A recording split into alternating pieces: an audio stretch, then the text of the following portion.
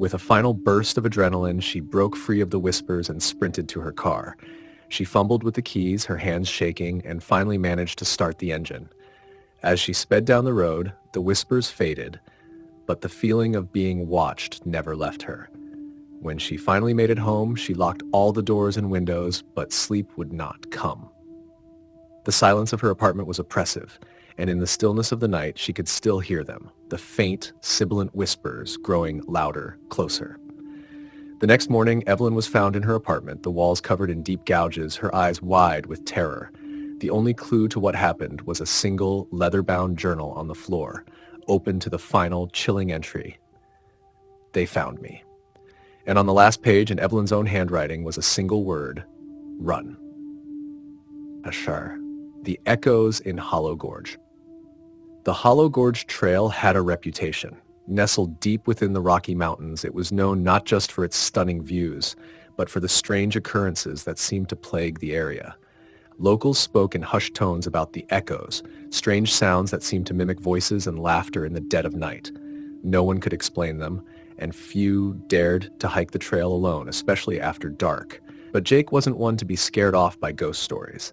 He was an experienced hiker, always seeking out the most challenging trails. When he heard about Hollow Gorge, he was intrigued. The warnings only added to the appeal. So on a crisp autumn afternoon, he set out on the trail, determined to see for himself what all the fuss was about. The first few miles of the hike were breathtaking. The trail wound through dense forests, over rocky ridges, and past crystal-clear streams. The trees were a riot of color, their leaves blazing in shades of red, orange, and gold. As the sun began to dip low in the sky, Jake reached the edge of the gorge itself, a deep, narrow chasm with sheer cliffs on either side. The air here was different, cooler and still, as if the gorge was holding its breath. Jake paused for a moment, taking in the view. The shadows were growing longer and the light was fading fast. He knew he should turn back, but something about the gorge called to him. He decided to press on, eager to see what lay deeper within. As he descended into the gorge, the atmosphere changed. The forest, once alive with the sounds of birds and rustling leaves, grew eerily silent. The only sound was the crunch of his boots on the gravel path. The walls of the gorge seemed to close in around him, the towering cliffs blotting out the last of the daylight. Jake wasn't afraid of the dark, but there was something unsettling about the silence. He quickened his pace, hoping to reach the end of the trail before nightfall. But as he rounded a bend in the path, he heard it, a faint echo, like the sound of someone's voice carried on the wind. He stopped, straining to listen. The voice was distant, barely more than a whisper, but it was unmistakable. It was as if someone was calling his name, but the sound was warped, distorted by the echoing walls of the gorge. Jake's heart skipped a beat. He called out, "Hello? Is anyone there?" The only answer was the echo of his own voice, bouncing off the walls of the gorge in a strange, disjointed way. But then, just as he was about to dismiss it as a trick of the wind, he heard it again, clearer this time. It was his name, repeated over and over like a chant. Jake, Jake, Jake. A cold sweat broke out on his forehead. He looked around, but there was no one in sight. The gorge was empty, just a narrow strip of rocky path between the towering cliffs. He took a step back, suddenly feeling the weight of the silence pressing in on him.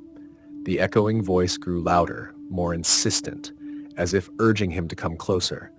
Jake's instincts screamed at him to leave, but something deep within the gorge seemed to pull him forward. He continued down the path, his heart pounding in his chest. The voice followed him, growing louder with each step, until it was no longer an echo but a chorus of whispers, all calling his name. He rounded another bend, and there, at the base of the cliff, he saw something that made his blood run cold. Carved into the rock were dozens of names, etched deep into the stone.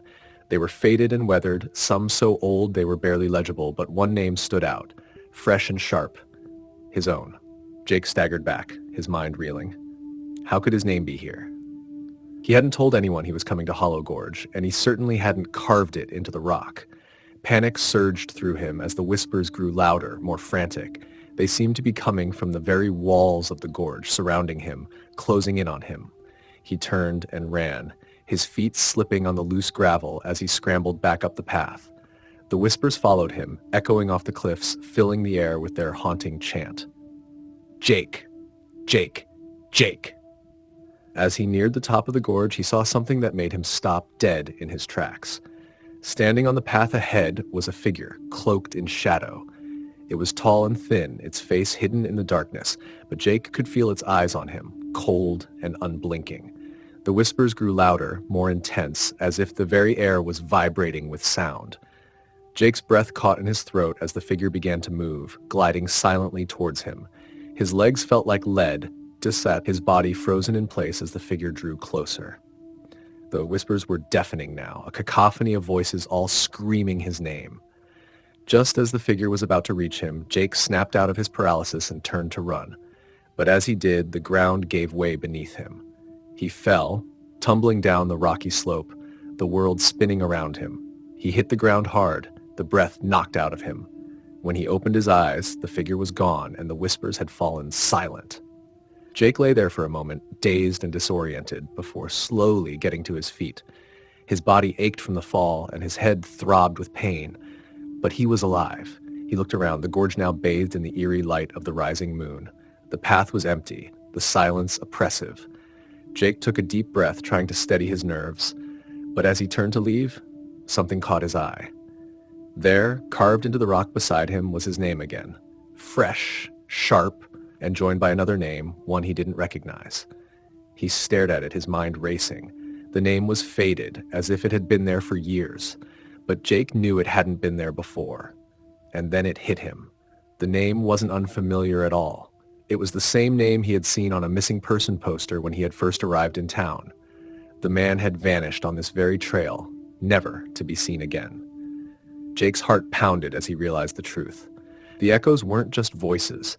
They were the souls of those who had been lost in the gorge, trapped forever, their names etched into the rock as a warning to those who would follow.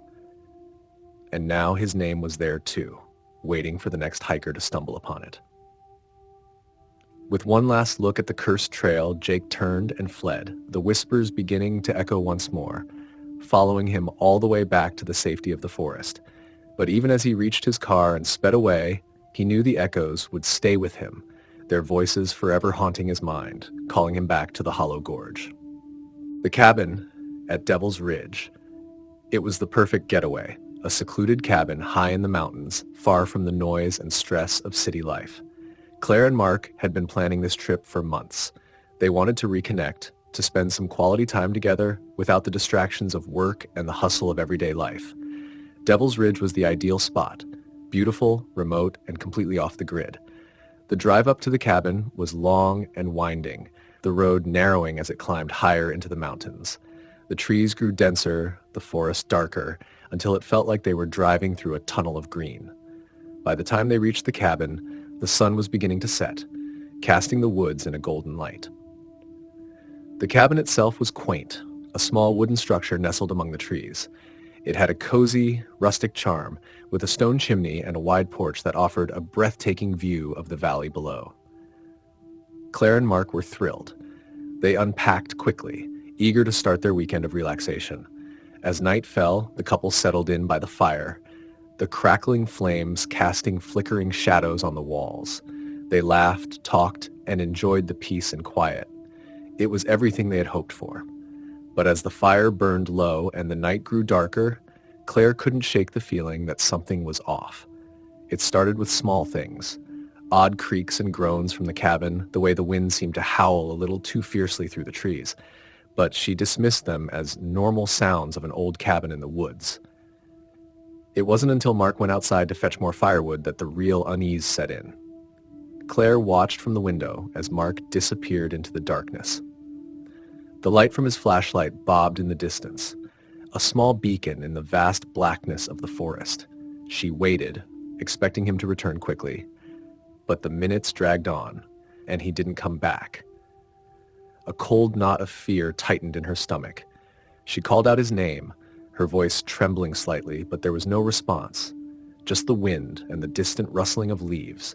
Claire grabbed her own flashlight and stepped outside, the cool night air prickling her skin. "Mark?" she called again, her voice barely more than a whisper. The forest seemed to swallow the sound, the trees standing like silent sentinels around her. She took a few steps toward the woods, the beam of her flashlight cutting through the darkness. That's when she heard it. A faint rustling, like something moving through the underbrush. Claire froze, her heart racing. The sound grew louder, closer, and then she saw it, something darting between the trees, too fast for her to make out. "Mark, is that you?" she called, her voice trembling. But deep down, she knew it wasn't him. The shape was too large, too misshapen. It moved in a way that was unnatural, almost predatory. Panic set in, and Claire turned to run back to the cabin. But as she did, the thing in the woods let out a low, guttural growl, a sound that sent a jolt of terror through her. She stumbled, her flashlight slipping from her grasp and clattering to the ground. In the darkness, she could hear it moving, the sound of heavy footsteps crunching through the leaves. Claire scrambled to her feet, her breath coming in ragged gasps as she bolted for the cabin. She could feel it behind her, its presence pressing in on her, a malevolent force that made her skin crawl. She barely made it to the door, slamming it shut behind her and locking it with trembling hands. For a moment, there was silence, the only sound her own ragged breathing. But then the growling started again, louder this time, right outside the door. Claire backed away, her eyes wide with terror. She could hear it scratching at the wood, the door creaking under the pressure. Whatever it was, it wanted in. "Mark, where are you?" she whispered, tears streaming down her face. But she knew he wouldn't answer. She was alone. The scratching grew more frantic, the growling more guttural, as if the creature was growing impatient. Claire grabbed the nearest thing she could find, a fireplace poker, and held it in front of her like a weapon. But she knew it was futile. Whatever was out there was beyond anything she could fight off. Then, as suddenly as it had started, the noise stopped. The silence was deafening, the absence of sound almost worse than the growling. Claire stood there, trembling, the poker still clutched in her hand, waiting for the next sound. But it didn't come. Minutes passed, then an hour, and still nothing. She didn't dare move, her eyes fixed on the door, expecting it to burst open at any moment. Finally, she mustered the courage to peek out the window. The forest was dark, the trees swaying gently in the wind. There was no sign of the creature, no sign of Mark. It was as if they had both vanished into the night. Claire spent the rest of the night huddled by the fire, the poker still in her hand. She didn't sleep, too terrified to close her eyes. She waited for the dawn, for the first light of morning to chase away the shadows. When the sun finally rose, Claire ventured outside. The forest looked different in the daylight, less menacing, but the memory of the night's terror still lingered. She searched the area around the cabin, calling for Mark, but there was no sign of him. No footprints, no broken branches, nothing to indicate that he had ever been there. Desperate, Claire hiked down to the nearest town, hoping to find help. She stumbled into the local sheriff's office, her clothes dirty and torn, her eyes wild with fear. She told them everything about the cabin, the creature, Mark's disappearance. The sheriff listened, his expression growing more concerned with each word. When she finished, he nodded slowly and told her to wait while he made a call. Minutes later, an older man arrived, his face lined with age and worry. He introduced himself as Tom, the owner of the cabin at Devil's Ridge. "You're not the first," he said quietly, his voice tinged with sadness. "I've rented that cabin to others before you, and they've all come back with similar stories. Missing loved ones, strange creatures in the woods. Some never came back at all." Claire's heart sank. "What is it?" she asked, her voice barely more than a whisper. Tom shook his head. "No one knows for sure. Some say it's an ancient curse. Others think it's something far worse, something that's always been there, lurking in the shadows. Whatever it is, it doesn't like intruders." Claire felt a chill run down her spine. "And Mark?" Tom's eyes were filled with sorrow. "I'm sorry, but no one who's disappeared up there has ever been found." The realization hit Claire like a punch to the gut. Mark was gone, swallowed by whatever darkness lurked in the woods of Devil's Ridge, and she had narrowly escaped the same fate. As she left the sheriff's office, Claire glanced back at the mountains, their peaks shrouded in mist.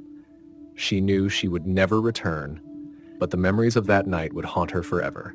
The growls, the scratches at the door, and the terrible silence that followed.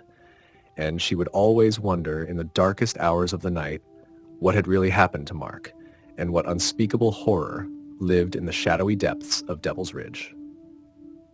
The Watcher in Blackwood Forest.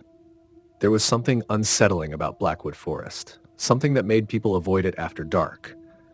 The trees stood tall and gnarled, their twisted branches intertwining like skeletal fingers. The locals whispered about strange happenings, about people who entered the forest at night and were never seen again. But to Ethan, it was just another urban legend, the kind of story people told to scare kids. Ethan was an avid hiker, and he'd explored countless trails across the state. Blackwood Forest was the last on his list. Despite the warnings, he was determined to see it for himself. He arrived at the edge of the forest late in the afternoon, the sun dipping low in the sky, casting long shadows across the ground. The trail was well-worn but narrow, cutting through the thick underbrush. Ethan started down the path, his boots crunching on the fallen leaves. The air was cool, and the forest was eerily silent. No bird song, no rustling of animals in the bushes, just the sound of his footsteps echoing through the trees. As he ventured deeper into the forest, the trees grew denser, their branches forming a canopy overhead, blocking out most of the fading light. The atmosphere felt oppressive, the air thick with an uneasy stillness. Ethan shook off the feeling of dread creeping up his spine. It was just a forest, like any other. He had nothing to fear. The trail wound through the woods, twisting and turning in a way that made it difficult to keep track of direction. The deeper he went, the darker it became until he was walking in near complete darkness. The shadows seemed to move and stretch, taking on strange shapes that vanished the moment he tried to focus on them.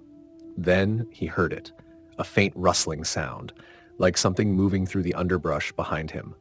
He stopped and listened, his heart beginning to pound. The sound stopped too, as if whatever was making it was mirroring his actions. Ethan turned, shining his flashlight into the trees, but there was nothing there, just the dense blackness of the forest. Probably just an animal, he muttered to himself, trying to shake off the growing sense of unease. He turned back to the trail and continued walking, but the rustling sound started up again, closer this time. His pace quickened, and so did the sound, as if something or someone was following him. Ethan stopped again, whipping around to catch whatever it was, but the forest was still. The only sound was the rapid beating of his own heart. He felt a chill crawl up his spine as he realized that whatever was out there was playing with him, staying just out of sight. Deciding that he'd had enough, Ethan turned to head back, but as he did, he caught sight of something out of the corner of his eye, a shadowy figure standing just beyond the reach of his flashlight's beam. It was tall, impossibly tall, with long limbs that seemed to blend into the darkness of the trees. The figure didn't move, didn't make a sound. It just stood there, watching him. Ethan's blood ran cold. He pointed his flashlight directly at the figure, but it vanished the moment the light touched it, dissolving into the shadows like smoke. Panic set in, and he broke into a run, the beam of his flashlight bouncing wildly as he tore down the trail. The rustling sound followed him, growing louder, closer until it was right behind him. He could hear his own ragged breaths, the pounding of his feet against the ground, but the forest itself was unnaturally silent, as if it were holding its breath. The trail seemed to stretch on endlessly, twisting and turning in ways that made no sense, as if the forest were deliberately leading him in circles.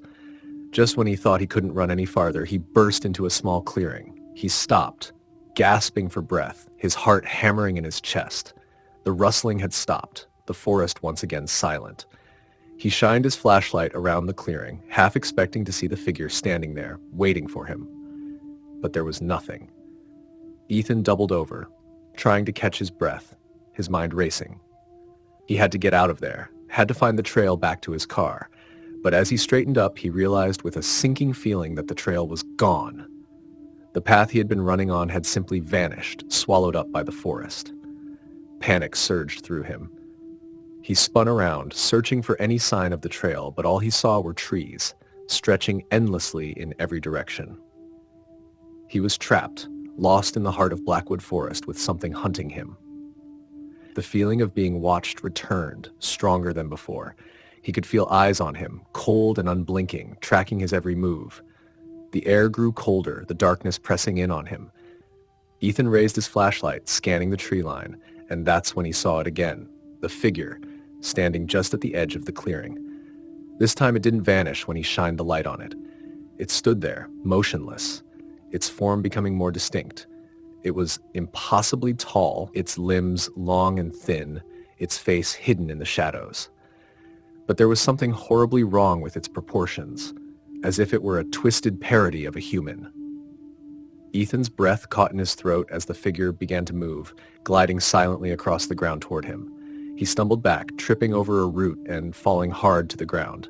The flashlight slipped from his hand, rolling away, its beam casting wild shadows across the clearing. The figure loomed over him, its presence suffocating, its eyes, if it had any, locked on him. Ethan scrambled back, trying to put distance between himself and the creature, but it was no use. It was too fast, too close. Then, just as it was about to reach him, it stopped. For a brief moment, everything was still, the only sound Ethan's ragged breathing. Then the figure spoke, its voice a low, rasping whisper that seemed to come from all around him, reverberating through the trees. "You're not supposed to be here." The words sent a jolt of terror through him, and before he could react, the figure lunged at him, its long, shadowy arms reaching out. Ethan's scream caught in his throat as the darkness enveloped him, the world spinning as everything went black. When he came to, it was morning. The sun was shining through the trees, the forest peaceful and quiet. Ethan was lying on the ground at the edge of the forest, just a few feet from his car. He sat up, dazed and disoriented, trying to piece together what had happened. But the memory of the night was hazy, like a fading dream. He remembered the figure, the voice, the suffocating darkness, but it all seemed distant, unreal. The only thing that felt real was the overwhelming sense of dread that lingered, a cold knot of fear in his chest. He looked around, expecting to see the figure watching him from the trees, but there was nothing, just the silent forest, bathed in the golden light of dawn. Ethan didn't wait. He scrambled to his feet, got into his car, and drove away, not daring to look back. As he sped down the mountain road, the details of the night continued to slip away like sand through his fingers. By the time he reached the nearest town, it was as if the whole thing had been a bad dream. But deep down, he knew it hadn't been. The memory of that voice, the feel of those eyes on him, would haunt him for the rest of his life. And he would never set foot in Blackwood Forest again. As for the locals, they said nothing when Ethan returned, their expressions grim as they watched him leave. They had seen others like him before. Those who had come back from Blackwood Forest changed, their eyes haunted by something they couldn't quite remember. And in the heart of the forest, where the trees stood tall and twisted, the watcher waited, its form blending into the shadows, its cold, unblinking eyes ever vigilant, waiting for the next soul foolish enough to wander into its domain. The Whispering Creek. The small town of Willow Creek was known for its dense woods, winding rivers, and a particularly picturesque hiking trail that followed the creek from which the town took its name. The locals, though friendly, often warned visitors to be cautious when hiking alone, especially near the old, overgrown parts of the trail that had been left to nature for decades. Jenna had heard the stories, but she wasn't one to believe in local legends. An experienced hiker, she had tackled more challenging trails in remote areas and felt confident about spending the day exploring Willow Creek. The trail was well marked, and the weather was perfect. A crisp autumn day with leaves turning shades of orange and red, carpeting the ground beneath her boots. She set off early, the morning mist still clinging to the trees, giving the woods an ethereal quality. The sound of the creek was a constant companion, its gentle gurgle soothing and peaceful.